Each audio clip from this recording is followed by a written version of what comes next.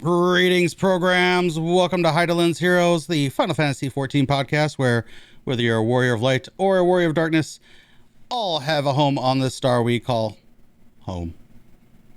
Yeah, home.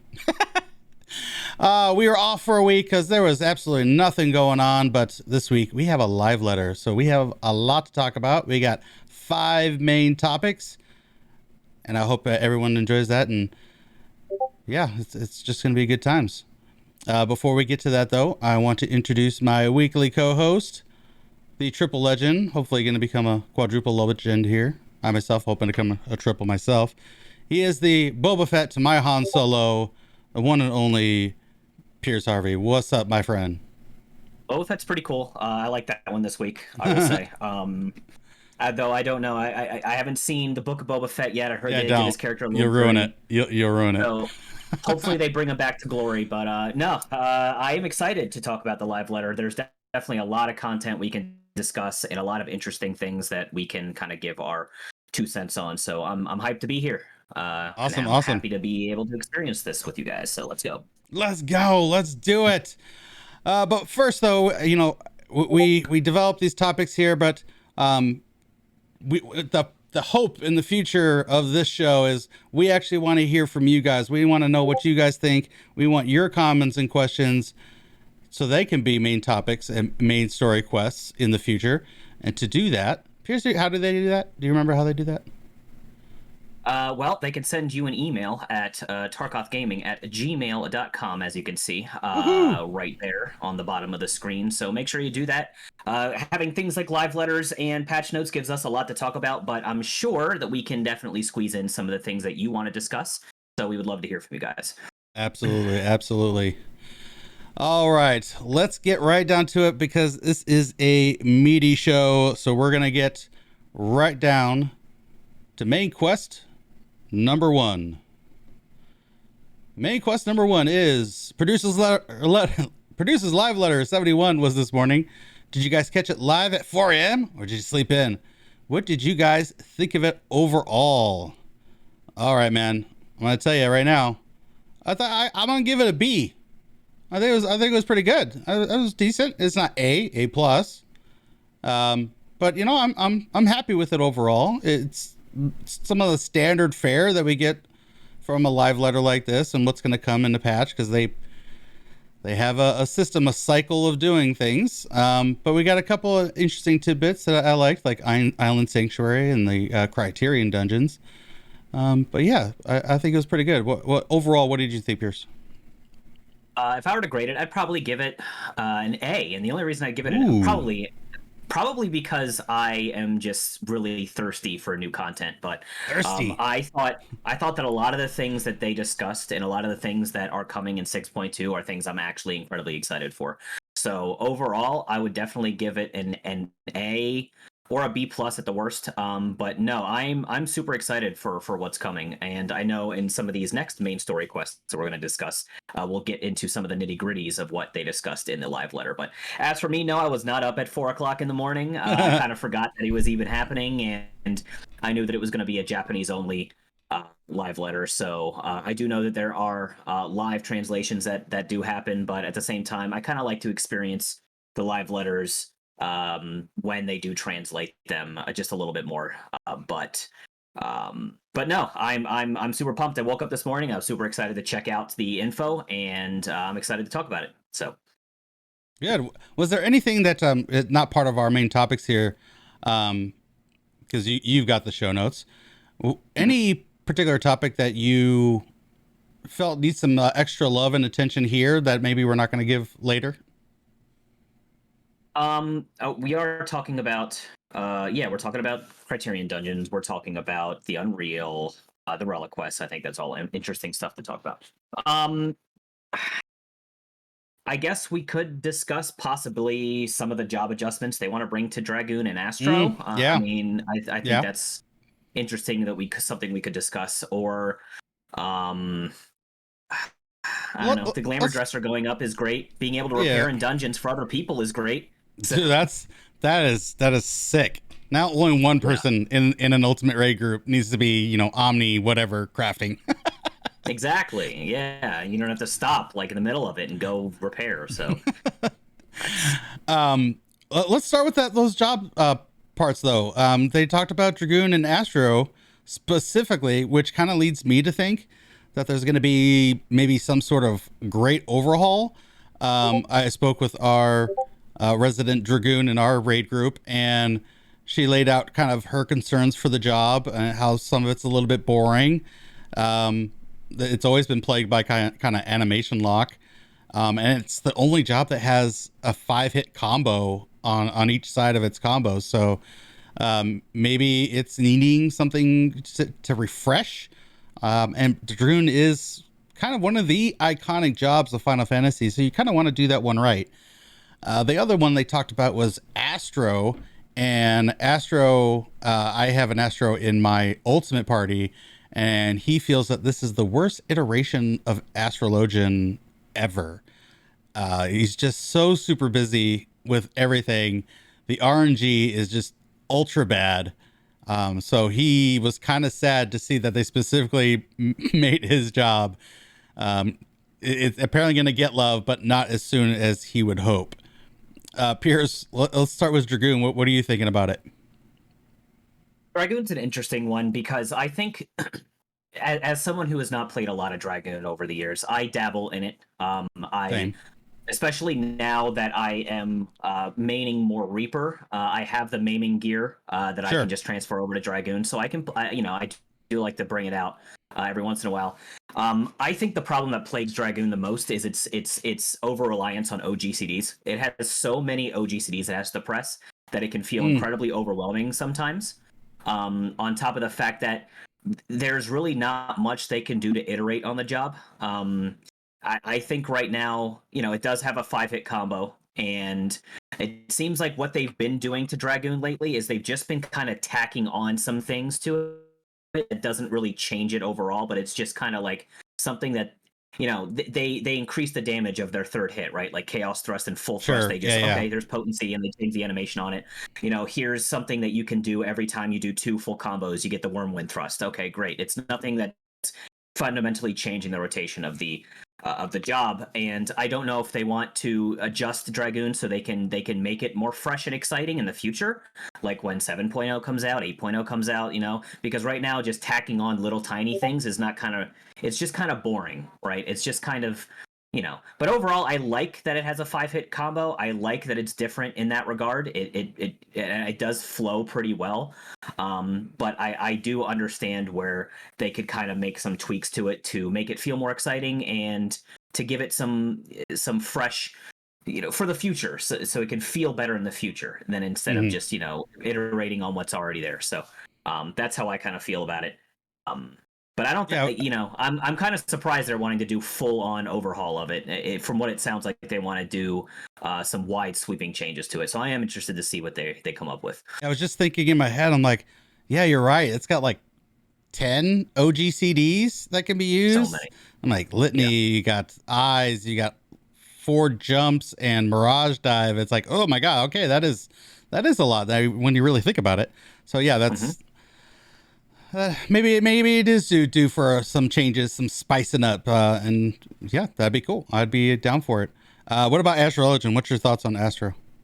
So Astro is, it's actually not my least level job right now. My Scholar is still level 0. Oh, and my Sage is level 71. Wait, your Scholar is level 0? Is that because you never unlocked it? I've never unlocked Scholar. No. Wow, dude, just unlock it and bam, you've got level 90. Because I know you got 90 Summoner, right? Absolutely, I do. Yes. I don't know why. I just never.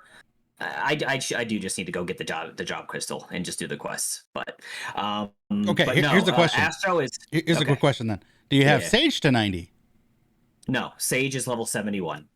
The only problem, I love Sage as a concept, and it's very hard for me to play Sage with how many buttons there are to press, and I need to wrap my head around figuring out how to put all of the buttons for Sage somewhere that I can access them easily, because that's the biggest problem I have. Tune into one of my streams as Sage, and I'll show you my layout. Okay. And I know you don't do the W. That does help. I don't. Maybe I will have to give it a shot with just specifically Sage. I don't know. It's just a double tap. Yeah. I have another white mage friend that plays with the W, and they really like it too. So yeah. Anyway, getting back to topic, for Astro, I have been playing it specifically in the Beast tribes because it's just the easiest way for me to level it. Sure. And I honestly hate the job. I hate it. I hate how it plays right now. I think it is incredibly boring. I know that you have so many buttons to press, but I'll tell you, Astrodyne is the worst feeling buff in the entire game. It feels so bad. And that's because that there's no way to guarantee 3 crests. There's just no way. There's going to be a point where you have 2 of different crests, and that's fine. You're going to go for that third draw, and you're just not going to get the third one that you want. You're just not. And with them taking sleeve draw away, there's no way to guarantee it, and so you have to do those like 2 crest Astrodynes, and that feels awful to do. I like that they increased the range of Earthly Star. I still like Earthly Star. Yeah, I think massive. Is a fantastic. Yeah, I think Macrocosmos is a fantastic ability. As a job overall and doing what it needs to do, Astro is incredibly good. It's a very good healer, but I think it feels terrible to play. So I hope that they do something to it to make it more consistent with those cards. Bring back sleeve draw. I'm telling you 100%. Bring back sleeve draw. I don't know if they have to go all the way back to making the cards do different things. I think that's an archaic design, but I don't know. Yeah, I agree with that. I agree with that. I do feel like Minor Arcana feels terrible. I don't like drawing 1 card every 60 seconds. I especially don't like it when it's at the healing one instead of the DPS one. I hate that. I don't know, man. I have no idea. Yeah, there's so much RNG, but at least your DPS, Raid DPS buff isn't based on cards anymore. It's just there. So be happy, right? Yeah, I mean, wasn't that the compromise? Feels good to press. Yeah, Divination feels great, but Astrodyne feels awful. So they need to make it a solid middle ground for the 2 of them, man. I don't know. Maybe they just need to make it, 2, 4, and 6% DPS, depending on how many crests you have, and then at least you're getting some sort of DPS boost or something. I don't know, because just spell speed, isn't it? Just spell speed for one of them, and mana or something. It's like it's been a while. You get an MP regen for having like 1 seal. For 2 seals, you get that spell speed increase, and then for 3 seals, you get the 5% DPS buff. Gotcha. So, all right. Anything else for the live letter overall that we might have not hit on that you want to highlight? I was, sorry, shook the camera. There was they were going through and they showed like how they want to simplify like showing how different attacks combo with one another. Oh, like, yes. There was like this weird tree. Yes, in my stream I did point that out. Action combo trees. That's going to be cool. Yeah, that's good. When I initially thought it, I got super excited. I thought that they were going to allow you to swap out how the animation looked. So if you didn't like Royal Authority, you could swap back to Rage of Cologne. No. I'm holding out for that because they have discussed in the past that they were thinking about bringing back some of the old job actions, and because some of them are really cool. I miss being able to throw a wrench at an enemy as a machinist. Like, there are a bunch of different things I would like to bring back, and I thought I was like super excited they were going to maybe like bring back some animation swaps. But nah, it doesn't seem like they're doing that. But I still do like the tree. It'll make it a little bit more simple to understand. And, you know what I would do with Sage, right? I would just make every ability Numa. Laser beam, laser beam, laser beam. Of course. That would make a lot of sense. I think I'd leave Toxicon. Toxicon actually is kind of cool. Yeah. But yeah, everything else would be laser beams. Of course. It's got to be. Yeah, go ahead. But yeah, so it's just kind of, it's more like a training tool, I guess. If you're not sure what your combos are, and someone in my chat actually mentioned it, it would help them. So they're not really having to, some of the text on these abilities is kind of long. So just to be like a simple, this one would be kind of nice. So yeah, it's something, that's going to be there. So I'm happy it's there. And if you don't want to see it, there is an option. You can just do the normal abilities menu. So I guess one other thing that is kind of nice, at the beginning of every expansion, we have our normal tier come 2 weeks after the expansion launches to let everyone do story. And then 2 weeks after that, we have Savage. Yoshi P has talked about having that kind of delay in the interim patches as well. And this is the first time we're going to get this. He says it's kind of, work in progress, just kind of test the waters, see how everybody likes it, because he's seen both sides of the coin. Some people are for, some people are not. But yeah, we're going to get a 1 week delay from the patch and the normal dropping to the Savage coming out, which I am actually truly in favor. It allows people to kind of dive into the normal and look at the story, do the MSQ, dive into other aspects, and then in a week, boom, you got your raid and you got the world race for Savage, as much as that is these days. So I'm actually totally in for it, and you don't have to have those first hour gatherers and crafters trying to bang out your new gear so that you're ready for Savage in whatever your raid time is. So I'm totally in for this. What do you think, Piers?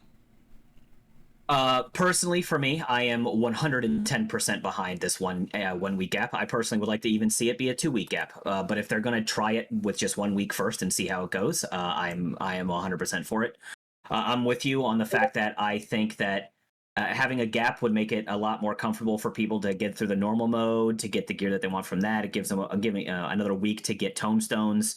It gives us a week to get our crafted gear and all that. I think the only people that this does truly hurt are the crafters and gatherers, because there are people out there that are like specifically commissioned for statics to make all the gear. Sure. And now that there's going to be a week in between, and I know this was mentioned to, I watched Mr. Happy's recap personally. I know he said that they didn't specifically say that they were going to do the crafted gear right on day one of 6.2. They could also delay the crafted gear. But I think that it'll hurt some of the week one crafters, because there's going to be a bigger market to buy from if there's a gap between normal and Savage. So those people who are like trying to hit the ground running, making a statics entire set of gear, are going to be maybe hurt a little bit by this. But other than that, I think it's great, especially for a patch that comes after an ultimate. Personally, I think it's great because this ultimate specifically, DSR, was one that Yoshi P specifically said that would take a lot of statics, like 3, 4, 5 months to do. And we're getting not close to 6.2, but we're getting close enough that people are starting to sweat a little bit. Sure. So giving us even an extra week from 6.2 launch to Savage gives even ultimate groups another week to get another totem or clear the fight period. It just takes a little bit of nerves off of that deadline. So I am all for it. I hope that the community gives Yoshi a lot of feedback on this 1 week gap, and they make this a permanent thing in the future. So all right, man. So yeah, my overall final grade for this, because it wasn't. Again, we get the normal stuff every patch, the normal cycle stuff, so everything there kind of sits at a C. That's how it stands, and then the cool stuff like bumps it up from there. So again, my ranks, I'm gonna give it a B plus as my final grade, and you're gonna leave it at an A. I think I'll leave it at an A. Yeah, okay. I think the things that we're going to discuss here later in the show are going to really pump it up. It has me really excited for what they could potentially do. So, all right. Well, at this point, we want to hear from you folks. Drop a comment down below. Tell us what you think. And with that down, let's adventure on to main story quest number 2. Piers, what's main story quest number 2? So main story quest number 2 is well, if you read right here, I know you guys do Unreal Trial every week, which I do, absolutely. Are you excited for Sephiroth? Are you disappointed that they are adjusting the difficulty? Yes, like I said in my intro there, of course, Unreal every week. Unreal has been a piece of content that they release that I do truly engage with every time I can. I really do enjoy doing Unreal every week. It gives me something to look forward to on Reset every week, and you do only do it twice a week, so it's something that you can look forward to. You bang it out, and then you don't have to worry about it for the rest of the week. So for me, I am incredibly excited that they're doing Sephiroth. I think that they did kind of make a misstep with Ultimate Weapon. Maybe this is my elitist self talking. I don't really think so. I think anybody can do Unreal, but I think Ultimate Weapon was just way too easy for what it was. The Sure. enrage basically doesn't exist. Yeah, our last Unreal, we did Unreal together, and yeah, I think we were like, we had so many deaths. Like, I was fearful, but like it just never came. yeah, I'm telling you, like, and this is compared to the fights in the past. This is Shiva was an incredibly tight DPS check for what it was. Titan was crazy. This was in the days before Titan. You could revive after you got knocked off. This was permadeath Titan. You know, even Leviathan was that permadeath thing. So like, you know, I think going from those fights to Ultimate Weapon just made it so much easier. You can tell by the mount prices now. Unreal is something I like to do to make Gil, and the mount prices have significantly gone down because there's a lot more people engaging with Ultimate Weapon. Gotcha. Because it's just so much easier. I'm not saying to make it so much harder that people can't do it, but it's hitting my wallet. Like there was some sort of exclusivity when it comes to that. So doing Sephiroth as the next fight, I think, will bring a nice taste of challenge back to the Unreal content. And as for them doing some adjustments to it, I know that the adjustments they specifically said were that they were going to change the earth shakers that come in the second phase when he's Big Sephiroth. They're going to change those from being proximity based to just being like regular earth shakers from any other fight. I think that's fine because that gives consistency to what earth shakers are. They are just something you point away from the party, and they never were that proximity thing. So I think that's okay. And I think they also mentioned that they were going to try to reduce the damage that tanks are taking from the ads. And I think that's also okay. Overall, I think the challenge of Sephiroth will still be maintained unless they do some severe nerfs to it, which I just, I don't think that they mentioned. So I'm fine with them making those small adjustments. But how do you feel about the Unreal, man? Dude, with Unreals, I want the original experience, and I just want it scaled up. Is that too much to ask? If the Earthshakers were a little bit spicy with the proximity, then that's how it should be, in my opinion. Just bring that back up so you can re-experience it in current content. Why do they got mess with it? I don't understand. Did they mess with the permadeath in Sephiroth at all? They did, yes. So you can res now. Damn it! That's every fight now. Yeah, there's no permadeath when you fall off the arena. Which, yes, that does make the fight. I think that specifically does make the fight a lot easier. But it's something that they've overhauled through all the fights. Titan, Leviathan, everything that used to be permadeath is no longer permadeath, which is just a design choice they decided to add. So I can't really throw shade at that. But yes, I guess in that instance, the fight will be a lot easier than it used to be back in. Yeah, because there's a lot of knockbacks. There's the transition with the wind and then being knocked in the air. That if you miss that, you're just swept off. A lot of ways to get knocked off the arena, and you're just done. So. I miss the old days when things had some difficulty to it, and back in my day, I guess I need my friend Dave here to talk.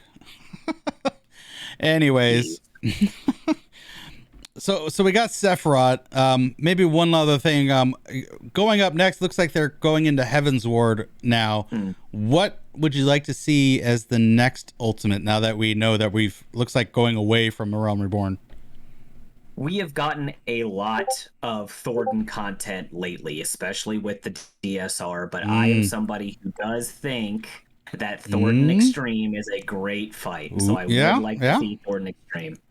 I'm also a big fan of Sophia. I liked Sophia a lot. Yeah. That was when I really started to get back into doing extreme primals, because Heaven's Word was a time where I was kind of taking a lull from like anything that was semi-challenging. Sure. I was just kind of focusing on like relics and stuff. But Sophia was one that I was like, all right, Piers, I'm going to get back in there. I'm going to seriously farm it, get the mount, get my weapons. And I had a lot of fun with Sophia. Zervan, not so much. They can kind of keep Zervan until later. Skipping Sora, disband, haha, meme, funny. But even Nidhogg Extreme is a great fight. I really like that fight a lot. So hell yeah. There's a lot of really fun extreme primals that they can bring. Ravana is great. Ravana's a fun fight. I think that was going to be my choice. Yeah, I think it's a little bit easier because I remember having a pretty easy time with that in 3.0, but I still really, really like the fight overall. So I think you're gonna see it. I want Ravana. I like the mechanics of him shifting phases. You know, he's got his offensive, so he's more vulnerable. He's in a tank stance, so you know, save your cooldowns here. Butterflies you got to kill. Oh, you don't kill a butterfly? Well, you just screwed yourself, and you're all gonna wipe. And then, you know, these days when you get Ravana, he's pretty much dead before he even gets to his really meaty mechanics, the limit cuts that he does. So yeah. I would be excited to see that because it's been a long time since I've seen all his mechanics. Yeah, I don't even remember how to do Swift Liberation. I'll be completely honest with you. Like, I know there was whole strats back in 3.0, Yeah. but I couldn't even tell you. You'd like put one person here next to another person, and then like two more. It was like really funky. So, but yeah, PF will be fun with that again for sure. Yeah. All right, that is our thoughts on the Unreal that's coming out. We want to hear from you folks. Please drop a comment down below. Tell us what you think, and we'd love to hear from you. All right, let's mosey on and venture over to main quest number 3. Piers, what's main quest number 3? So, we're gonna do MSQ variant and Criterion dungeons. Oh my! There is all of a sudden too much to sort through. Help us all out by explaining this madness. And are you hyped about the love 4-man content is getting? Yes. This is one of the reasons that I gave this whole presentation an A. I am very, very intrigued by these variant slash Criterion Savage dungeons that they are going to do. It was a little confusing. I still think it's a little confusing, but I kind of think I understand the gist of it. It looks like that they're doing this weird variant dungeon. That's what they're calling it, variant dungeons, where it seems like you're escorting an NPC through like a brand new dungeon, and there's going to be different branching paths or routes you can take, it looks like. And it doesn't look like there's even any party composition, like mandatory party compositions. You can even change your jobs in the instance. I thought that was crazy. Yes. Yeah. And it seems like if you want to experience everything that the dungeon has to offer, you probably have to run it a few times, which I think is really interesting. Sure. But what they're doing with that concept is they're taking it, and then what they're doing is they're going to make it a set route thing. So the next harder difficulty of it is going to be like a set route. So this is what you're doing. These are the monsters you're fighting. These are the bosses. I guess it's bosses you're fighting, and they're going to make it so that if you die at all, it's going to kind of be like a penalty thing, like from DSR or even like Baldessian Arsenal, where you have a set amount of raises you can do. Yeah. So that the challenge comes from, obviously the harder difficulty of the boss fights, and the maybe even the trash, and then the limited raises, and then they're taking that to the next level where there won't be any sort of raises that you can do, and the challenge is even going to go up further than that, and it's going to be on a timer. So where you're going to have to complete the dungeon within a timer, or the monsters are going to end rage and you're going to have to start from the beginning. So what I'm most interested in is what sort of reward structure they're going to have for this content, because yes. That's going to really determine, if I'm going to want to engage with this either way, because I think they could really do some interesting things with 4-man content, but I am super interested in the reward structure. I don't know what they could possibly do besides maybe obviously tomestones, maybe even some upgrade items for the current Savage Ray tier. I'm not sure. But what do you think? I'm interested to see your take on this. So when I saw this, the variant, I was like, okay, this is kind of cool. And then when I was like, well, I guess they just renamed Criterion to variant, and it doesn't seem like it's going to be all that difficult, considering you can do, any 1 to 4, you can do whatever job, you can switch jobs. And I was like, okay, there's clearly not going to be much, if any, difficulty. It's mainly for stories and kind of choose your own adventure kind of thing, which is cool. I like that that's there. But then they surprised me by saying, oh, by the way, Criterion dungeon. I'm like, oh, cool. Okay. So, and they said, oh, it's the same dungeon, but it's going to be a predetermined path. I'm like, okay. And then he's like, oh, then there's Criterion Savage. I'm like, sweet. I've been wanting, dungeon love, some challenged because love them or hate them, the MSQ dungeons are okay, but like I've done the last one twice, and I haven't had to. I don't care to queue up for expert. I do PvP. I do other stuff that's actually fun and interesting. I don't need to be grinding out the expert, every single week. So it's so this is going to be a great change. I'm loving that there's going to be some challenge. I kind of call the variant one story mode. Criterion is normal mode, and Savage is Savage. So you got story, and you got to do all the branching paths and all that fun stuff. Normal mode to get your feet wet and see what you're gonna get, and then Savage mode. So I'm glad that there's variable difficulties, basically kind of like how when they announced normal mode and raid back in Heaven's Ward and Savage.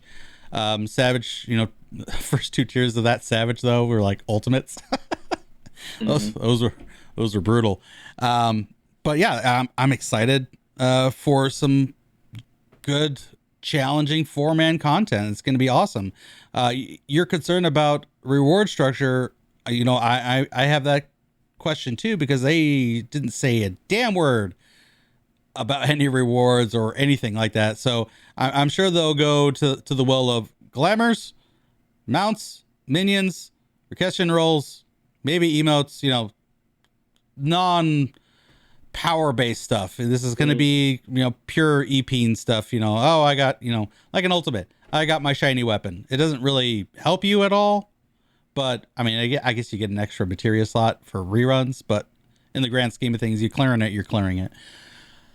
So yeah, but I'm super excited for this. And yeah, I guess another question is, how do you feel about there just being one per patch maybe? Do you think we'll just get bored of it real quick, and once we've, got it solved? It depends. It depends on how challenging it is, and it depends on what the rewards are. I think they could do some interesting stuff with, like, maybe even like, I don't know if they would go down this route, but even something like Unreal, where like you just get a certain amount of currency every week, and then you could just save up this currency to buy some cool mounts, or like you said, some glamour stuff, or I don't know. I do feel like if they did add like anything to increase your power, it would kind of like, because then it would kind of screw up the whole progression of Savage. Like if they're adding like, Sure. like twines or coatings into this content, then like you'd have to do that in between doing Savage if you want to, maybe be like, world first or something, or like, I don't know, like do some weird stuff that they could do. So overall, I think that one a patch is fine, as long as they keep it to one a patch. I do want, there to be at least one a patch. I think any less than that, people would get super bored of it. Kind of like Unreal, right? You just kind of get bored of the current Unreal. You want something fresh. So yeah, especially with our patch cycles going longer now. By a couple weeks, it's like, okay, I'm ready to move on from Ultima. Yeah, because it's just kind of like a snooze fest after a while. So I can see that getting boring, especially when you have it nailed down. And people are going to gravitate towards that meta of whatever it's going to be. It's going to be something AoE based, especially if you're going through and you got trash to deal with. Shout out to Kronos who brought that up. It was like, yeah, that's. I mean, you're not going to do a res meta because that's not going to be a thing. You're not going to be able to res in the Savage mode, so you gotta find the edges where you can when it's difficult content. So. Yeah, I suppose that's true. I hope that there isn't too much of a meta, right? People are not excluding jobs from runs just because they can't do certain things. Like I do fear for Red Mage, right? Because Red Mage is just not going to have its power, and Summoner is incredibly strong with AoE now. So like it's kind of bonkers. So like I feel like Summoner is going to get brought along a lot, and I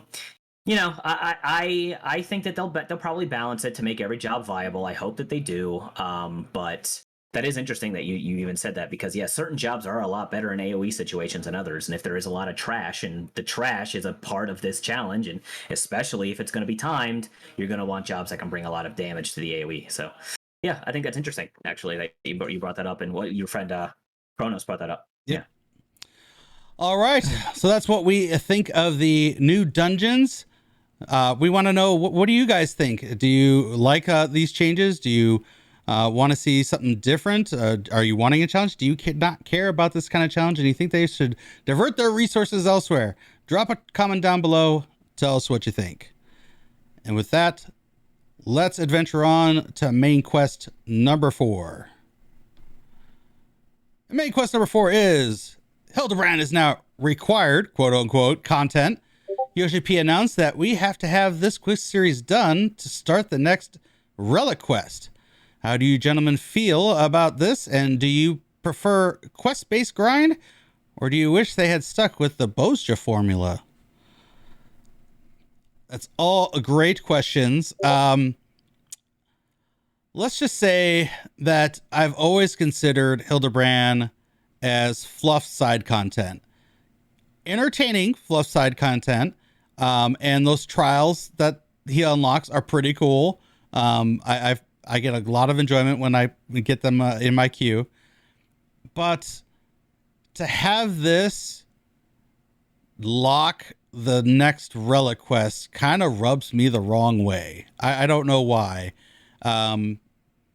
Maybe they saw the numbers and they're, putting these resources into Hildebrand and they're not seeing the kind of returns on people getting, all the Hildebrand stuff done and achievements or whatever. And maybe that's why we're like, hey, let's put this here and, we'll tie Geralt and what's his name?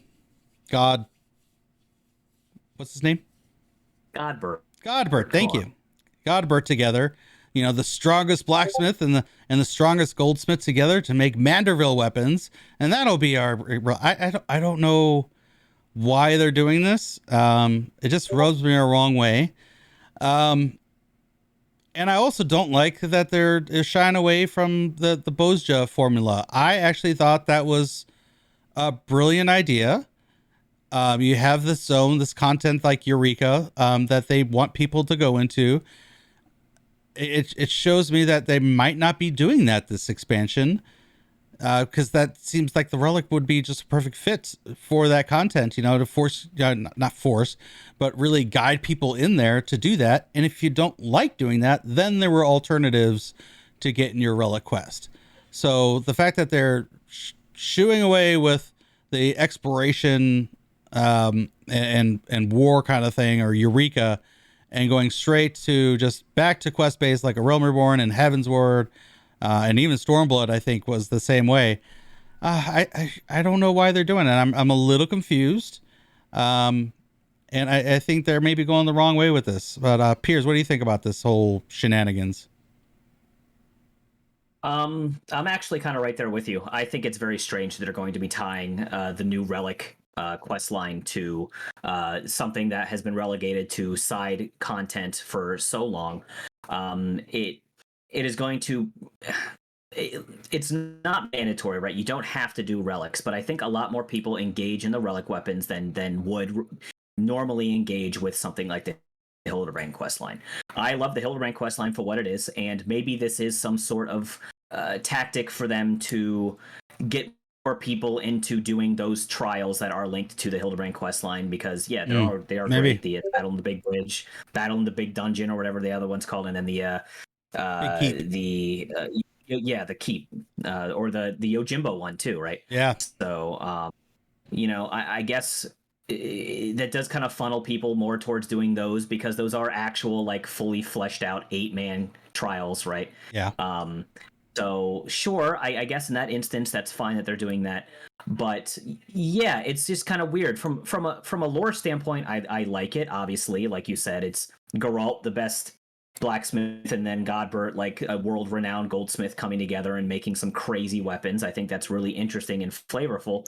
But you can also do all of that without having to tie it into Hildebrand, right? Godbert has been a character that you can interact with outside of the Hildebrand quest line for a long time, right? He's in the Gold Saucer. He's part of a lot of seasonal quests. Like, he just shows up around and just does a lot of cool things. Like, you could have done this whole Godbert Geralt team up without having to tie it specifically to Hildebrand. So unless they, I'm sure they're going to find a way to tie it into the Hildebrand quest line, like, haha, and maybe Hildebrand has to go craft weapons or something for, I don't know. I don't know. Something, they're going to do something with it, right? But I do feel like they could have made it not mandatory.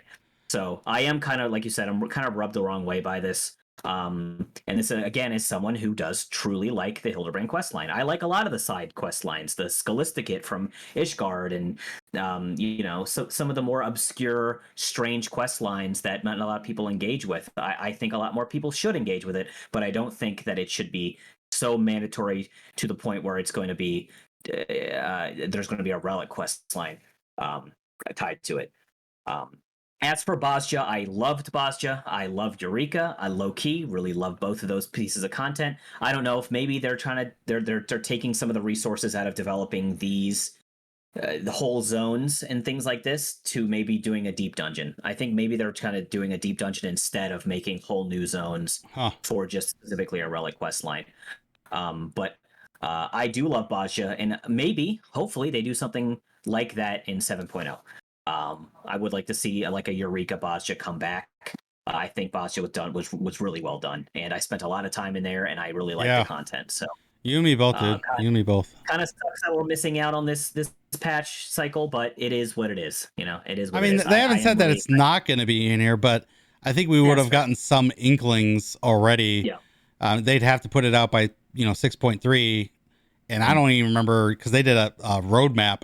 And there wasn't anything about anything like that kind of content in there. They did talk about Palace of the Dead, so I'm guessing we're going to get that. Yeah, a little disappointing. I do like that content.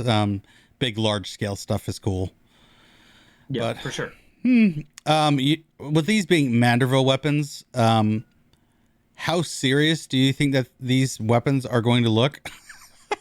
I think they're going to look fine. I don't think they're going to be goofy like gold saucer weapons. I think that they would lose so many people if these weapons were like goofy, silly weapons. But, then again, it would be cool to see like a mop as a spear, like the goofy like Final Fantasy VII weapons, right? Like bringing back a mop or something, or what was a nail bat, right, for Cloud. Like, I think they could do something like that, but like not make it the final form. Like the final form is still something serious and cool that people can strive for, but I still think some joke weapons could sneak themselves in there. Like some of those contest winners, maybe we can put those contest weapons in there as joke weapons, and then the final one's like, okay, we finally got it right. Yeah. And Geralt wouldn't stand for like the final weapon being ridiculous. Godbert might, but I don't know. Well, but it's Godbert also part of his entire fortune on his goldsmithing skills, right? So like he can't just be making goofy stuff all the time. And the gold saucer itself is a big goof on like Las Vegas and stuff. So it's right. And then it's part of the Hildebrand quest line, so Hildebrand's going to be involved and his mom. Exactly. So maybe GG will show up. We'll see, or VV, depending on how you want to name him. I guess now that it's mandatory, right? The storyline's mandatory, so yeah, I think they got to bring GG back. That'd be dope. So do you prefer quest-based grinding, or would you prefer it to be in an exploratory zone? It's weird. I actually kind of like. I think both have their pros and cons, right? I like the old-fashioned like anima weapons from Heavensward, because it got me online every day doing dailies and grinding tomes and doing like gathering nodes and like engaging in a lot of content and not I wouldn't normally do. Like, I'll tell you, the animal weapons kept my sub going in Heavensward. I wasn't doing anything else in the game. So I think there are a lot of merits to that. But at the same time, like I said, I have a deep, deep love for Eureka and Bosja. And I think that is a viable way that they could do relics. So I'm kind of for whichever they decide to do. I'm okay with the grinding. I'm okay with doing dailies. I'm okay with having to engage with content and not normally, like gathering and crafting. I'm okay with that. But I am also, of course, in love with the Bosja setup and the structure there. So I honestly could go either way. So how do you feel? I'm mixed. Like I enjoyed the Bosja, but like I have fond memories of the quest steps for like A Realm Reborn and Heavensward, doing the anima weapons. Really gets you back into doing older content because they really funnel you in different ways. So it was nice to do those. And I'm wondering, maybe because Bosja was such a central point, now that we have a new expansion, and I haven't been in Bosja since. I'm wondering if that content's maybe a little hard for people that are wanting to catch up on old relics, for them to do that in Bosja, because there's just no one in there. Maybe Yeah, I maybe do they're seeing fear. that. I fear for the life of Bosja. Eureka is a weird, strange thing, because Eureka will always have people in there. It's funky. People just love Eureka, and I think a lot of it is because there's a lot of like actual like gill incentives to go into Bosja, like, or not Bosja, Eureka. You can get a Yeah, lot of money by doing Eureka. yeah, So that gets a lot of people going back in there and doing that stuff. Where I do fear for Bosja, because I don't think there's that much incentive to do that content, except for doing relic weapons. I know there's titles. There are a few mounts you can go in there and get, but I don't think it's anywhere near the level of content that you can do Eureka for. So I do fear for that. I know that they have introduced some nerfs to, I think, like even like Dalriada. I know they tried to buff the rewards you get from like Castrum, Lactus Latore. So like I know they're trying to get people back in there and do it, but I do fear for the longevity of Bosja, and I think they need to do something to get gotcha. people back in there. Hey, maybe that'll be part of the last relic step. You got to go back to Bosja for the last part Sure, of the Manderville. why not? Go Let's back. go Let's crazy. do it. You got to Yeah, get 10 Dalridas and 10 Lactos Latores. Oh, god damn it. And 5 Delibrum Regines. yeah, Ugh. All right, that'd be though. awful.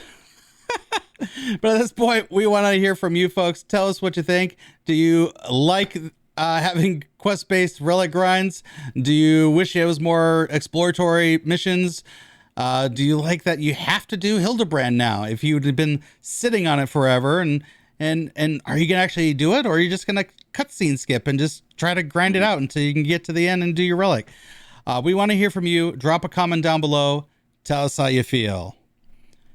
All right, with that main story quest out of the way, let's move on to main story quest number 5. Main story quest number 5. Island Sanctuary is real. This seems like a huge piece of content. Base building, farming, gathering, exploring, and more. Which of you is going to spend the most time on their island with the potential to never be seen again? And I'm going to answer this right off the top. That's Piers. He may dive in, and he just may not cover up, and I have to find a new host for the show. I have a feeling this is going to be right up Piers' alley. I have a feeling there's going to be people spending an inordinate amount of time on their islands, to the point where during the stream, during the live letter, I was like, man, this might need to just be its own game. And then I was thinking, well, oh, we already got Harvestella coming out, so they already have this as its own game. So to have this in Final Fantasy 14, to the amount of pieces that they were discussing in here, has me like, wow, this is pretty big. Can we maybe get some resources into revamping the glamour system next? Especially if everyone's going to get their own instance island. Like, I don't want to hear anything about not having enough space or memory to redo the entire glamour system. Let's go. Give us a transmog collection system. I want to see that. But yeah, back to Island Sanctuary. I think it's going to be fun. I'm going to enjoy some time. I'm excited to see my minions run around my island. And apparently we get to capture breed critters, maybe. I don't know. They talked about variant colors and all that. So I am totally stoked for this. Piers, what do you think about Island Sanctuary? Are you as hyped as I am? Absolutely, I'm hyped. It's funny that you mentioned Harvestella. I did watch the Relic grind yesterday, and I Nice. appreciated your shout out, bro. I appreciated the shout out when it comes to Harvestella, because yes, that is definitely going to be a game I'm going to engage with. But that's getting a little off topic. Yeah, obviously, this not super off topic, because this reminds me a lot of that. I will spend a lot of time in there. I just do hope that there are some sort of there's again, it just comes down to reward structures, titles, mounts, minions, something. Because cool, it's cool that you're going to be able to, decorate your island, and you can have your friends come over and check it out and stuff. But at Yeah, the I thought same that was time, it's awesome. like and you're engaging with this whole like gathering and farming, and then apparently there's going to be like it's going to be a lot like Harvest Moon, right, where you can take your stuff and then sell it to get like special island currency, and then use that island currency to upgrade your tools or upgrade, your sanctuary, like the buildings and that kind of stuff. But like, why am I going to be doing that unless there's like a reward or like a goal at the end, right? Of course I wouldn't want to make my island look super fresh, but if I don't have any friends, TM, right? If I don't have any friends to come over and check it out, and I'm just doing this for me, I kind of want something that I can strive for, some sort of like cool, even it's like a title, or I'm sure they're going to add like a title or something, but but yes, obviously I'm super into that, whole sim of farming and just kind of like relaxing and Stardew Valley, Harvest Moon kind of thing, and just making something you can call home, and I really engage with that kind of stuff. So, but I just, again, just to reiterate, I sound like a broken record, I do hope there's something I can strive for in the end, some sort of reward or amount or something that I can get, just so I can show off to all my friends, hey, I do Island Sanctuary, check it out, So, but yeah, I'm excited. I'm super excited. I'm super interested to see what they do with this content, and even in the future, I don't know if they're going to iterate on it in the future, or if this is just going to be one big thing they're going to just kind of crap out and just not iterate on at all. I'm not sure.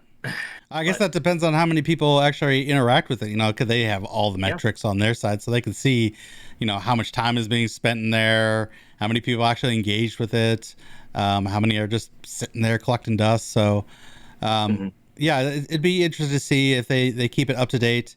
I like that they keep trying to do different things, like Criterion, like Island Sanctuary, to keep new and fresh content flowing into the game, so it's not just the cycle of stuff that we're used to every single patch. So I'm happy about that, and it is showing me that Square is putting full backing behind Final Fantasy 14, because having an instance for every single player in the game, that's a lot of server space. That's a lot. Yes, that's gonna be a lot. And you see the scale on that. It's like, hey, this is a Rogadin, and it's just you don't even see the dot, and you got this huge freaking island. Most of it was censored out, but that island's huge. That's gonna be absolutely crazy. Pick one thing from Island Sanctuary that really like, ooh, that's gonna be cool. God, I think that depending on the level of customization of the island, like if you can truly customize it and put buildings like kind of where you want and just kind of like make it how you want, like a base building kind of feature. Yes, exactly. I think that's something I'd be super interested in, and I guess the level of in-depthness they can go with this whole like crop growing and stuff. Because obviously, as someone who's a huge fan of like Harvest Moon, Stardew Valley, like I think that could be something really cool. Like customizing where you put your plants and making it super aesthetic. Oh, you got my watermelons over here, got my strawberries over here. I think that could be cool. So, for me, it's minions. Give me more minions. Because 360 plus minions is not enough. I need more. I need to get to that 500 mark. Let's go. I want different colored Nanimos. Let's do it. I don't think they're gonna do that. They'll do like critters and fun stuff. But the fact that you can kind of capture, maybe breed, the different variant colors, I think that's gonna be awesome. And I'm gonna aim for that. And try to figure out what's the best way. I'm going to try to meta critters and minions in that content. Everything else is kind of, okay. We'll see. Yeah. But I forgot to even mention that whole like alternate colored critters thing, like kind of like shiny Pokemon, right? Yeah. So like, that's what I was thinking. It's like, this is going to be like Pokemon. Yeah. I don't know how in depth to go with that, but that's something interesting. Yeah. I need to collect, I need to find the best way to get Master Balls so I can get the rare ones, right? Yeah, so you can get a purple shoe bill or something. I don't know. A purple shoe bill. Nice. I don't. You pretty much. I need 10 shoe bills, all of different colors. Yes, please. Yes. Absolutely, you do. Yeah, shoe bill is king. All right, folks. That's what we think of Island Sanctuary, but we want to hear from you all. Do you think Island Sanctuary is going to be a piece of content you love, that you hate? Are you upset that they're putting resources into basically a complete separate part of the game that has no basis or no effect on the rest of the game? Because really everything's separated. Even the inventory is nothing in Island Sanctuary takes effect in the rest of the game. So it's kind of its own little beast and own little side game. Yeah. Tell us what you think. Drop a comment down below and let us know how you feel. All right, that is about it. Those are our 5 topics for the week. How you feeling about it? Good stuff? Feel pretty good. I'm excited. You gave it an A. I did. I gave it an A. As somebody who, and too, as somebody who's progging DSR, I am excited to see, and I know it's really only us, right? The people who are progging DSR who are excited to see that the patch is coming late August instead of mid-August. But when I saw that, I was like, oh yeah, another couple weeks so we can, that we can spend doing this. So, I was super excited to see that. I'm super excited to see that 1 week delay on Savage. And I'm super excited for the content coming in 6.2. Like now I don't have to dread as much not finishing DSR, and I can be super excited for 6.2. Or like normally I'd be like, oh, 6.2 is around the corner. I'm, going great. Now I'm actually super duper enthusiastic about it. Like almost all of it. So, I think that my time in FF14 is going to get a lot more exciting in the next couple months. So I'm pumped, man. I'm super pumped. And you're getting close to done with DSR, right? Are you on Double Dragons? I am in Double Dragons. I'm about halfway through Double Dragons. We're getting through like the hardest part in Double Dragons. It's just people are super nervous, and there's some simple mechanics that come up in that fight, but people are just super nervous and they're screwing them up. And because that phase is so strict, like you can't really screw up anything because the dragons will enrage and then they'll just kill everybody. People gotta kind of need to be on point. So that's a whole nother beast we can discuss. But yes, I'm getting close, so I'm not super nervous about not being able to finish it. It's just more of a thing of like when we're finishing it and then how many totems we'll be able to get, because just because we clear the fight doesn't mean we're going to be able to go in there every single week and clear it in one shot, It's still going to be a challenge to get back up there. So, because it's 20 freaking minutes. It's ridiculous. It's redonkulous. It's a lot. Yeah, so that's you're definitely at the point, and we're kind of getting there. We've had clean Nidhogg's, like fully clean Nidhogg's without LB, so that's been encouraging. So we're getting to see eyes. We've seen dives. We got the initial orb pops, so that's encouraging. So now it's just the organizing the mirage dives. But yeah, that you're definitely in it, and we're getting close to the point where we really need to start researching and talking about the next phase, so they're not wasting our time, 5, 10, 15-minute pulls just to see one little piece of the mechanic and then not understand what happened to us. So, you're deep into that. We're getting close to that. So, good luck to you. I'm pretty much resigned to the fact that I'm probably not going to get it on patch, which is fine. Maybe, the next one, next Ultimate's still on target for 6.3. 6.3, yeah. I think they should probably delay it because I think an Ultimate really lends itself to 6.5 patch window. You and me both, dude, 100%. But anyways, that is going to be it for us here. Piers, where can people find you? They can find me at... Right, I'm mirrored here. Radio_Piers at Twitch. I did just get my internet upgraded not too long ago. What? So that's one of the reasons I haven't been streaming, is because I just didn't know if my Wi-Fi could handle it. But now that my internet, at least from what I see, has been like, the speed has been like doubled. Nice. Yeah, it's pretty fast. So hopefully I'll be able to stream a lot more consistently. So follow me on there. When I stream, I would love for you to come by and check me out. I'm playing all kinds of games.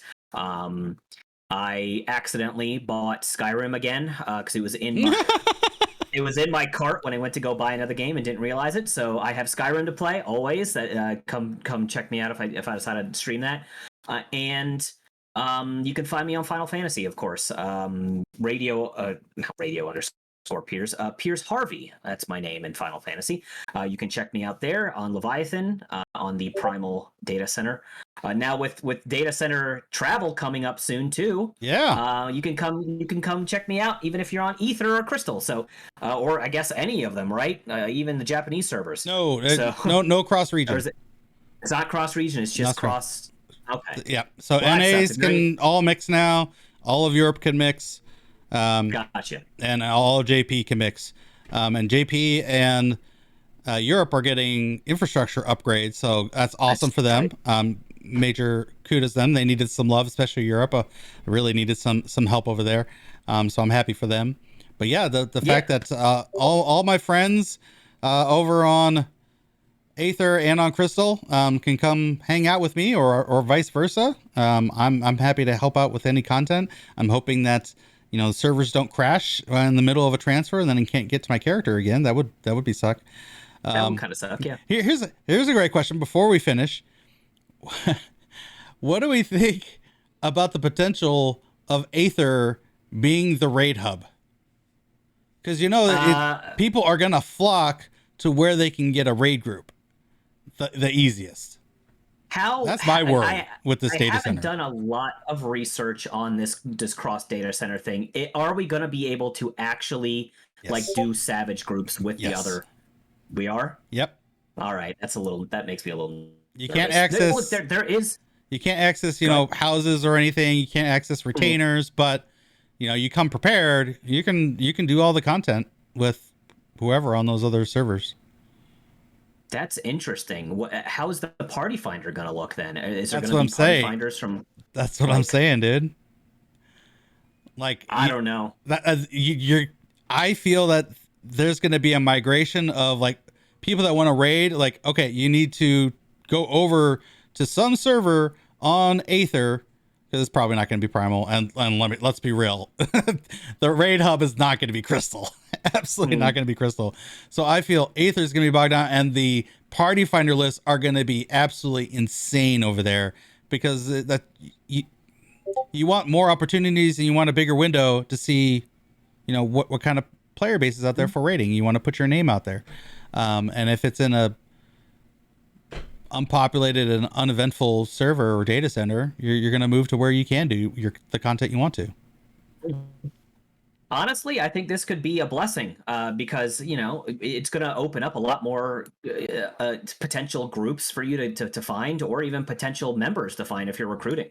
I know whenever I would be looking for an ultimate group or something, and I go on to the Reddit or something, and I have to go through them all, and there's ones from Ether, keep scrolling, Ether, keep scrolling, Ether, keep scrolling, Crystal, keep scrolling. Now I can just be hey, I can just join any of them, right? I think that could potentially be a blessing as much as it is a curse. I don't think everybody's going to go. I think if people are that into it, they would have already data center traveled over to or transferred over to Ether. I don't know how bad this is going to, because even Primal has a community. It does. I like that Primal is kind of like the in between Crystal and Ether. I like how it's the middleman. And I'm not expecting it to be an overnight, en masse, everyone goes to Aether to get on the party finder for raiding. I think it's going to kind of be a slow trickle.